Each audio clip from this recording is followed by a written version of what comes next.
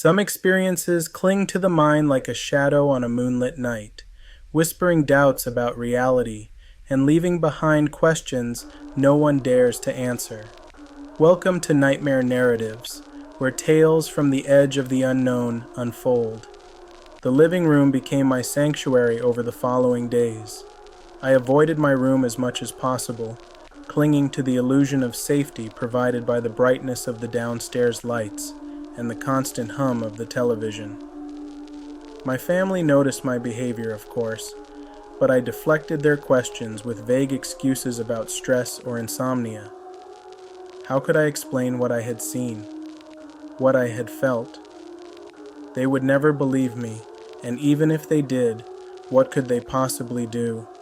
Despite my efforts to avoid it, the room continued to haunt me. The open door was burned into my memory, the figure's glowing red eyes lingering in the corners of my mind, even in broad daylight. Every shadow seemed deeper, every creak of the house louder. The boundaries between reality and imagination blurred, leaving me in a constant state of unease. As the days turned into nights, I found myself dreading the inevitable. No matter how long I delayed, no matter how many hours I spent downstairs, I always had to return to my room. Each night felt like a battle against an unseen enemy, and I was losing. The second time it came was worse. I had spent hours pacing the living room, my eyes darting to the darkened windows and the shadows that seemed to gather in the corners. When I could delay no longer, I climbed the stairs with a sense of foreboding so heavy it felt like I was carrying a physical weight. I hesitated at the door to my room, my hand trembling as I reached for the handle. The memory of the figure was vivid in my mind, its laughter still echoing in my ears. Taking a deep breath, I pushed the door open and stepped inside. The room was quiet, bathed in the faint glow of the moonlight filtering through the curtains. But the air was wrong. It felt thicker, heavier, as though the room itself was alive and watching me. I closed the door behind me, locking it out of habit, and sat on the edge of the bed, my heart racing. For a while, nothing happened.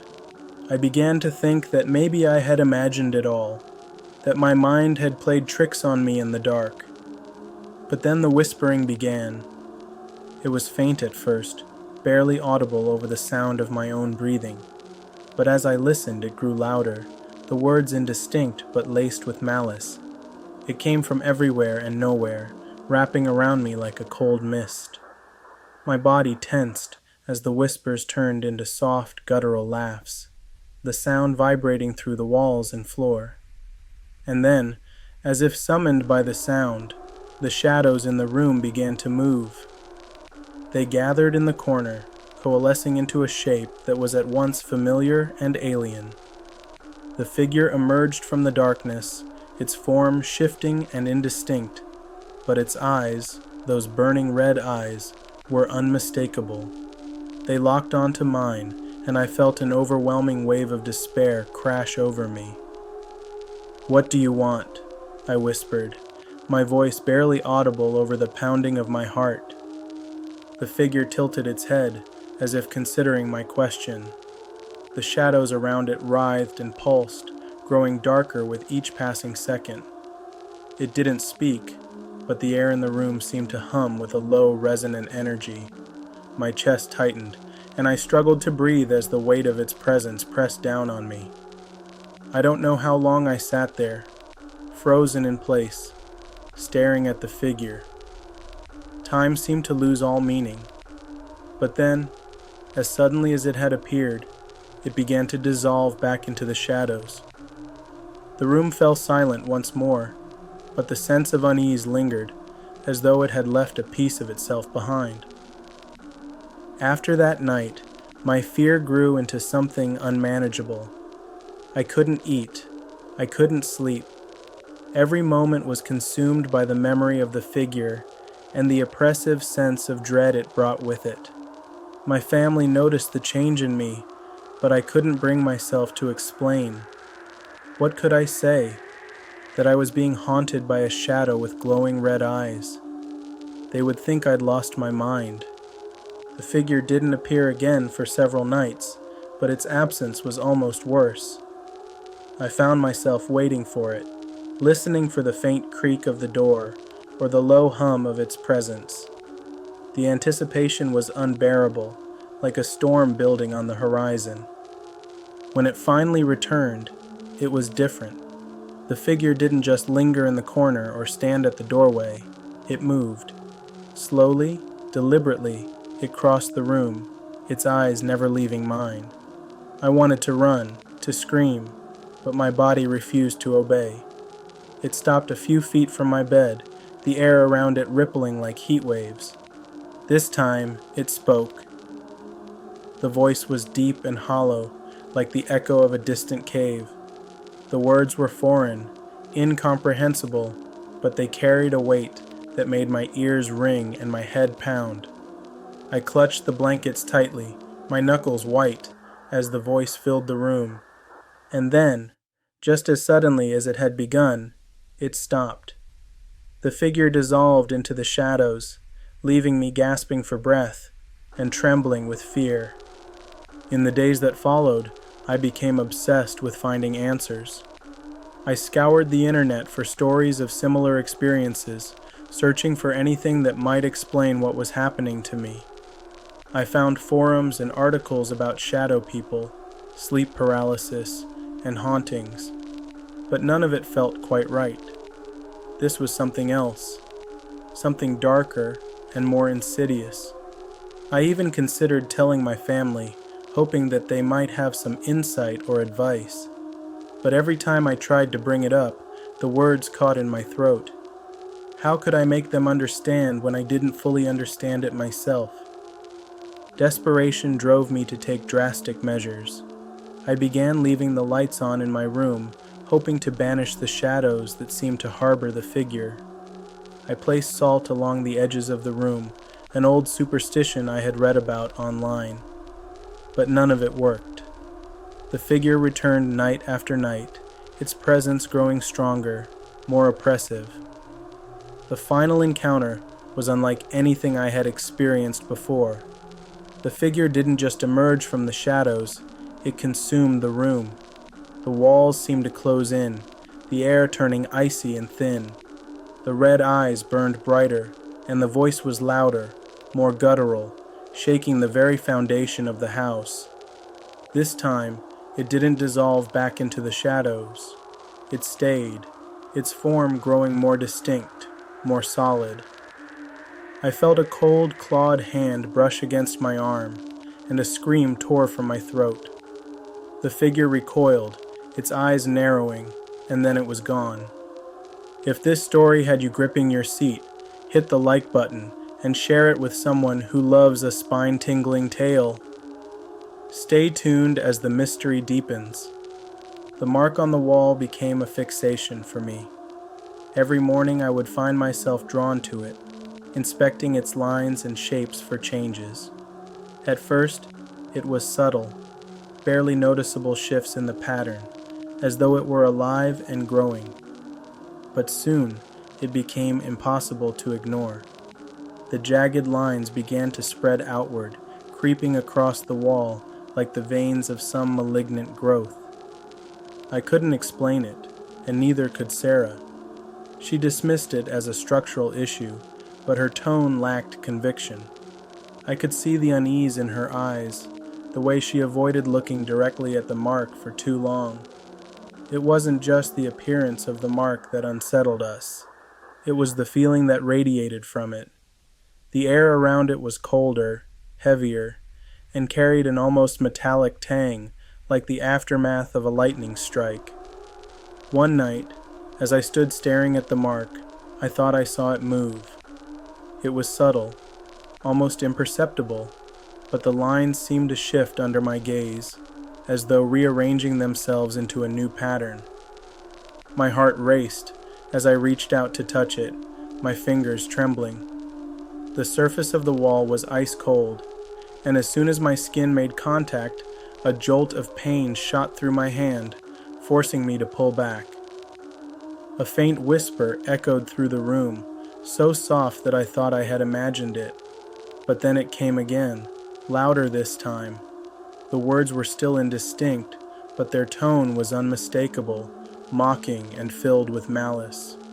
I stumbled back, my breath catching in my throat, and the whispers stopped as suddenly as they had begun. Sarah's behavior began to change. She became quieter, more withdrawn, as though the house was affecting her too. She started waking up in the middle of the night, drenched in sweat, her eyes wide with fear. When I asked her what was wrong, she would shake her head and mumble something about bad dreams. One night, after yet another restless evening, she finally opened up. We were sitting in the living room, the dim light of the lamp casting long shadows on the walls. "I've been hearing things," she admitted, her voice barely above a whisper. "At first, I thought it was just my imagination, but it's not. I've heard whispers, footsteps. I even thought I saw someone standing in the hallway last night." Her words sent a chill down my spine. Until that moment, I had convinced myself that I was alone in experiencing these things, that it was some kind of personal torment. But hearing Sarah confirm, it made everything feel more real and more terrifying. "What do we do?"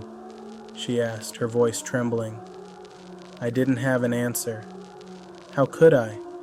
Whatever was happening in this house was beyond my understanding, beyond anything I had ever encountered. All I could do was promise her that we would figure it out together, though I wasn't sure I believed it myself. The power went out one night, plunging the house into complete darkness. It was raining heavily, the wind howling through the trees outside and rattling the windows. Sarah was asleep, her breathing soft and even, but I lay wide awake, my mind racing with thoughts of the whispers, the footsteps, and the mark that continued to grow.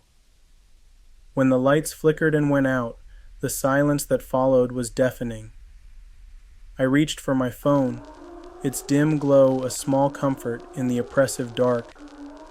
But as I fumbled for the flashlight app, I heard it, the footsteps.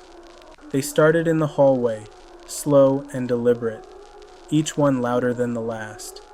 My heart pounded as I sat up in bed, clutching the phone like a lifeline. The steps stopped outside the bedroom door, and for a moment, there was only silence. Then the whispers began. They were louder this time, more insistent, and seemed to come from all around me. The words were still unintelligible, but their tone was clear, angry, accusing, and filled with a malice that made my skin crawl. I reached out to wake Sarah, but before I could touch her, the door to the bedroom creaked open. The hallway beyond was pitch black, but I could feel something there. The air was heavy, and a faint, cold breeze swept into the room. I pointed the flashlight toward the doorway, the beam cutting through the darkness, but there was nothing there. At least, that's what I thought at first.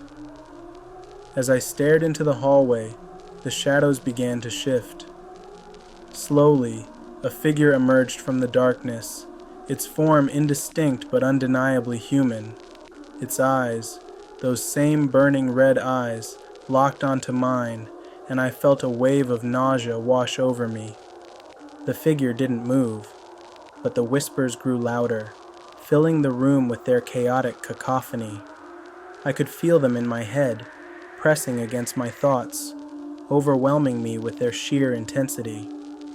My vision blurred, and for a moment I thought I might pass out.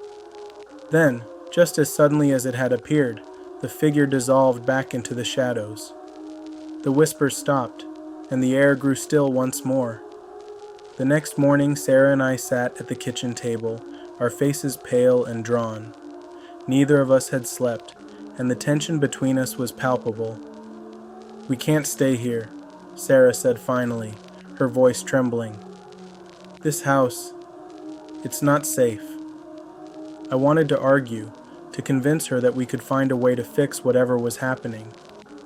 But deep down, I knew she was right. The house had become a prison, its walls closing in on us with every passing day.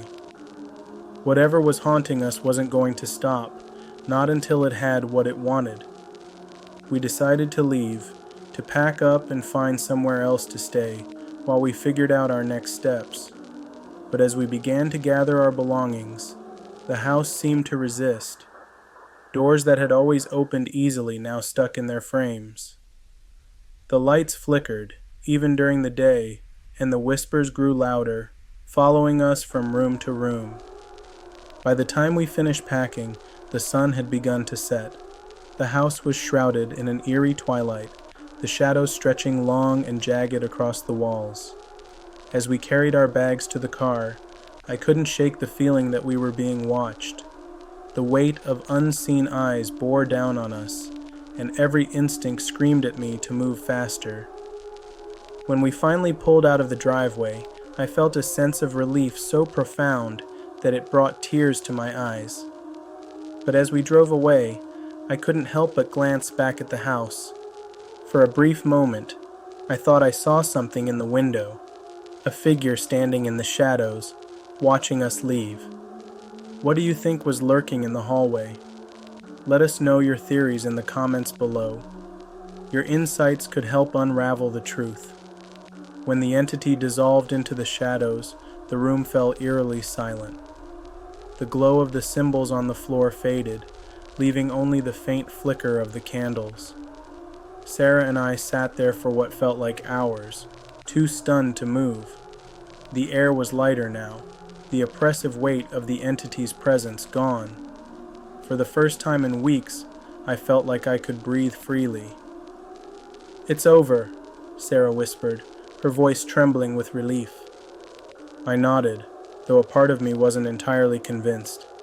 The ritual had worked, at least it seemed to, but the entity's final words lingered in my mind. "You cannot escape what you are." What had it meant by that? Was there something deeper at play? Something I wasn't aware of? I pushed the thought aside, focusing instead on the relief of the moment. In the days after the ritual, life began to return to normal. The whispers were gone, the shadows no longer shifted, and the oppressive atmosphere that had haunted us had lifted. Sarah and I slept through the night for the first time in months, and the house felt like a home again. But even as the days passed, I couldn't shake the feeling that something was off. The marks on the walls and mirrors had disappeared, but I found myself checking them obsessively, half expecting them to reappear. Every creak of the floorboards and rustle of the wind set my nerves on edge. I told myself it was just paranoia, the lingering effects of the trauma we had endured. Sarah seemed to recover more quickly. She threw herself into her work, her laughter returning as she found solace in routine. She encouraged me to do the same, to move forward and leave the past behind. But the past wasn't so easily forgotten. The first nightmare came a week after the ritual. I found myself standing in the middle of the hallway, the shadows around me deeper and darker than they had ever been. The air was heavy, suffocating, and the faint whispers I thought we had banished began to creep back into my ears. As I turned to run, I saw the figure standing at the end of the hall, its red eyes burning with a familiar malice. It didn't move, but the shadows around it surged forward, enveloping me in a cold, impenetrable darkness. I woke with a start, gasping for air, my body drenched in sweat. Sarah stirred beside me, her face etched with concern. "Another bad dream?" she asked softly. I nodded, unable to find the words to explain. How could I tell her that the entity was still with me, that its presence lingered in the corners of my mind? She would only worry, and I couldn't bear to put her through that again. Desperation drove me to reach out to Dr. Harper again. I explained the nightmares, the lingering unease, and the sense that the entity wasn't truly gone. She listened patiently, her tone calm but serious. "Entities like this don't just disappear. she said. The ritual may have severed its direct connection to you, but it's still out there, waiting for an opportunity to return. These nightmares, these feelings you're experiencing, are its way of keeping that door open. What can I do? I asked, my voice shaking. Dr. Harper hesitated. You have to confront it again, but this time, it's not just about banishing it. You need to understand why it chose you in the first place. Only then can you truly break its hold. Her words filled me with a sense of dread. Facing the entity again was the last thing I wanted, but I knew she was right. If I didn't find a way to end this once and for all, it would haunt me for the rest of my life. Sarah and I spent the next few days preparing for another confrontation. Dr. Harper provided us with new instructions, this time focused on uncovering the entity's origin and understanding its connection to me. The process was more complicated, involving a combination of meditation, visualization, and invoking memories that I had long buried. The night of the ritual, the house was silent. The air was heavy with anticipation, and every shadow seemed to stretch further than it should. We arranged the candles and symbols once more, their flickering light casting eerie patterns on the walls. As we began the ritual, the whispers returned, louder and more chaotic than ever. The shadows in the room shifted and writhed, coalescing into the familiar shape of the entity. Its red eyes burned with fury as it emerged from the darkness, its presence more oppressive than ever. "You dare summon me again?" it growled, its voice resonating through the room. I forced myself to stand tall, my hands clenched into fists. "I need answers," I said, my voice steady despite the fear coursing through me. "Why did you choose me? What do you want?" The entity tilted its head, its red eyes narrowing. For a moment, it said nothing, the air in the room growing colder with each passing second. Then it spoke. "You called to me," it said. "In your darkest moments, when despair consumed you, you opened the door. I am the shadow of your pain, the echo of your fears. You cannot banish me, because I am a part of you." The entity's words struck a chord deep within me. Memories I had long suppressed began to surface. Moments of loss, fear, and despair that I had buried in an attempt to move forward. The entity wasn't just an external force. It was a manifestation of everything I had tried to ignore. Sarah reached for my hand, her grip grounding me as the weight of the realization settled over me. "You're stronger than this," she said, her voice firm. "You don't have to let it control you." With her words as my anchor, I faced the entity once more. "You're right," I said. "You are a part of me, but you don't define me." The entity let out a guttural roar, its form flickering as the symbols on the floor began to glow. The air grew heavy, the pressure almost unbearable, but I stood my ground. I repeated the words like a mantra, denying its power over me. Slowly, the entity began to dissolve, its red eyes dimming as the shadows around it dissipated. The whispers faded, replaced by a profound silence that felt almost soothing. When it was gone, the room felt lighter, as though a weight had been lifted. In the days that followed, the nightmares stopped. The marks on the walls and mirrors never reappeared, and the house felt like a sanctuary once more. Sarah and I began to rebuild our lives, finding strength in each other and the knowledge that we had faced the darkness and won. But the memory of the entity remained, a reminder of the battles we carry within ourselves. It had been a part of me, born from my pain and fears, but I had learned to face it, to confront the shadows instead of running from them. And in doing so, I had reclaimed my life. If this story left you questioning what hides in the dark, don't forget to subscribe to Nightmare Narratives. Hit the bell icon to ensure you never miss a tale that keeps you up at night.